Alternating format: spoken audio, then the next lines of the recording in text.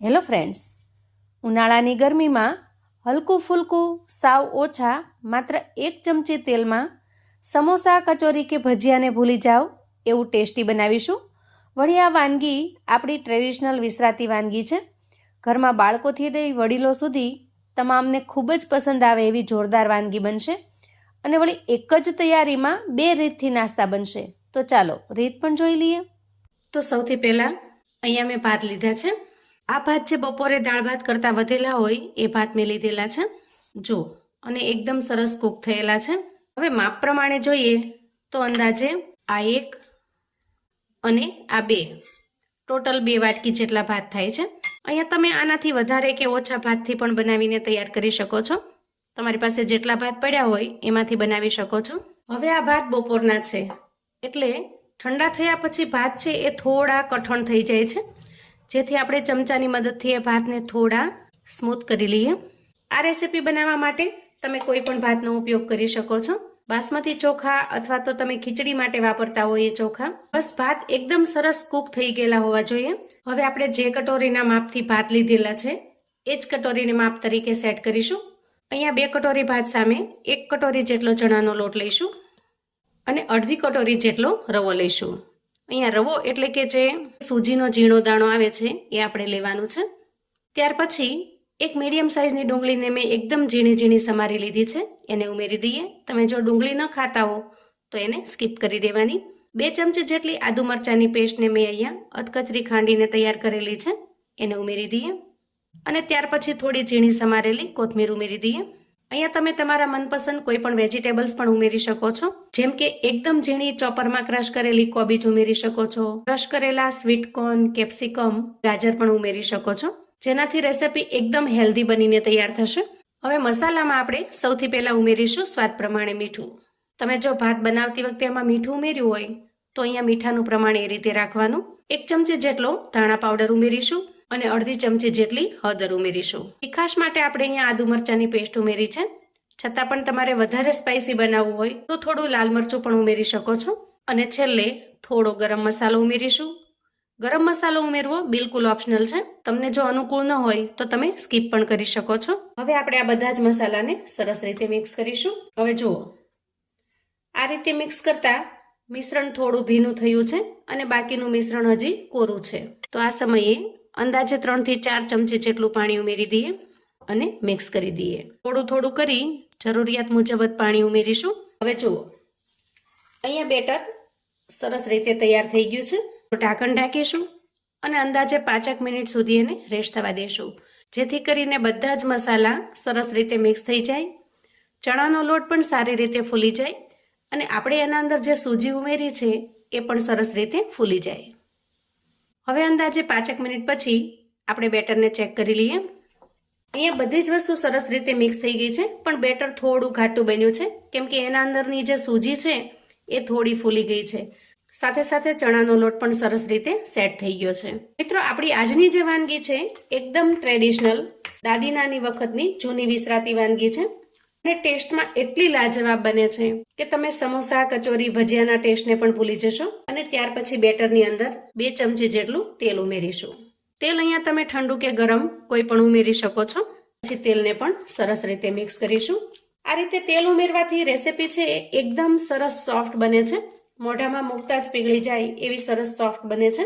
હવે બધા જ મસાલા મિક્સ કર્યા પછી જે વાટકીનું માપ આપણે સેટ કરેલું છે એ અડધી વાટકી ભરી અને ખાટું દહીં ઉમેરીશું. અહીં તમે દહીંની જગ્યાએ છાશનો પણ ઉપયોગ કરી શકો છો. જો તમારે છાશ ઉમેરવી હોય તો સૌથી પહેલાં આપણે જ્યારે રવો અને ચણાનો લોટ ઉમેરેલો એ સમયે જ છાશ ઉમેરી દેવાની અને પાણીની જગ્યાએ છાશનો ઉપયોગ કરી બેટરની કન્સિસ્ટન્સીને સેટ કરી લેવાની. આપણે બેટરની અંદર સરસ રીતે મિક્સ કરી લઈએ.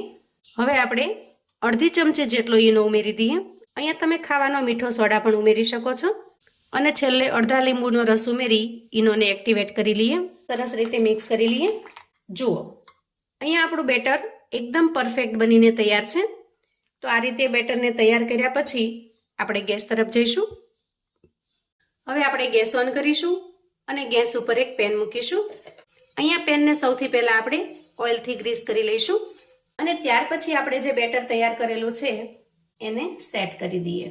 અહીંયા મેં 2 ચમચી જેટલું બેટર લીધું છે. તમારે સાઈઝ જેવડી બનાવવી હોય એ પ્રમાણે બેટર લેવાનું છે, મોટી કે નાની. અને બહુ વધારે ન ફેલાવતા થોડી થિકનેસ રાખવાની છે. આ રીતે થોડું થિકનેસમાં સેટ કરવાનું છે. અહીંયા મેં 3 શેકલા બનાવ્યા છે આ રીતે. અને થોડું શેકાય એટલે કોઈ પણ સાધનની મદદથી આ રીતે વચ્ચે આપણે થોડી જગ્યા બનાવીશું. મેં અહીંયા ઝેરણીનો ઉપયોગ કરેલો છે. અને ત્યાર પછી આપણે એમાં પણ થોડું તેલ ઉમેરી દઈએ. જુઓ, આ રીતે થોડું તેલ સાઈડોમાં ઉમેરી દેવાનું. આમ કરવાથી બધી જ સાઈડ સરસ રીતે નાસ્તો શેકાઈને તૈયાર થશે અને તેલ ઉમેર્યું હોવાથી સરસ રીતે ક્રિસ્પી પણ થઈ જશે. હવે આપણે નાસ્તાની જે ઉપરની સાઈડ છે એ સરસ રીતે કોરી થઈ જાય, સુકાઈ જાય ત્યાં સુધી એને થવા દઈએ. ઉપરની સાઈડ સરસ રીતે કોરી થઈ જાય એટલે સમજવાનું નીચે પણ સરસ રીતે શેકાઈ ગયો છે. તો આ સમયે આપણે એની સાઈડને ચેન્જ કરી લેવાની.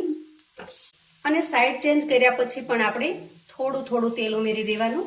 અને નીચેની સાઈડ પણ સરસ રીતે ક્રિસ્પી થઈ જાય એ સમયે શેકલાને આપણે એક પ્લેટમાં કાઢી લઈએ. હવે આપણી પાસે જે બેટર વધ્યું છે એમાંથી આપણે બીજી અલગ રીતે નાસ્તો બનાવીને તૈયાર કરી લઈએ.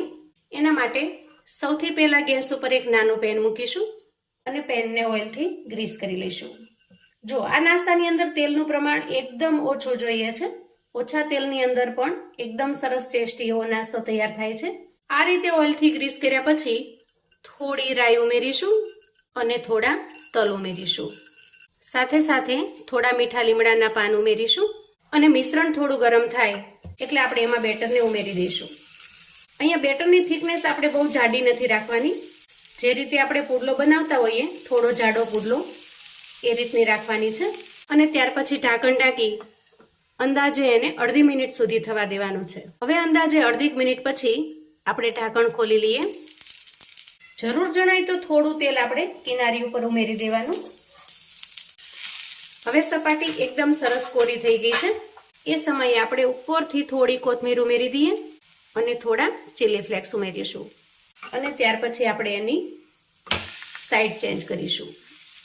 વાહ, જુઓ, એકદમ ટેસ્ટી લાજવાબ એવા ભાતના શેકલા બનીને તૈયાર છે. ખરેખર ચણાના લોટની કોઈ પણ આઈટમને ભૂલી જાઓ એવા સરસ ટેસ્ટી લાગે છે. અને આપણે જે નાસ્તાને અલગથી બનાવીને તૈયાર કર્યો છે એ પણ ટેસ્ટમાં એકદમ લાજવાબ બને છે. ઉપરથી ક્રિસ્પી બને છે અને અંદરથી એકદમ સરસ સોફ્ટ. વાહ, જોતા જ ખાવાનું મન થઈ જાય એટલો સ્વાદિષ્ટ અને ટેસ્ટી દેખાય છે. સમોસા, ભજીયા, કચોરી આની સામે ફેલ થઈ જાય એવા સરસ ટેસ્ટી લાગે છે. કોઈ પણ ચટણી સાથે તમે આ ભાતના શેકલાને પીરસી શકો છો. અને વળી ચાની સાથે આનું કોમ્બિનેશન એકદમ જોરદાર બને છે. તો તમે ક્યારેય જો આ રીતે ટ્રાય ન કર્યા હોય તો એક વખત મારા કહેવાથી પણ ચોક્કસથી બનાવજો અને મને તમારો ફીડબેક શેર કરજો. તો મિત્રો, આવું અવનવું જાણવા માટે અને મને સપોર્ટ કરવા માટે ચેનલ પર જો તમે નવા છો તો પ્લીઝ ચેનલને સબસ્ક્રાઈબ કરજો. વિડીયો ગમે તો લાઈક અને શેર કરજો.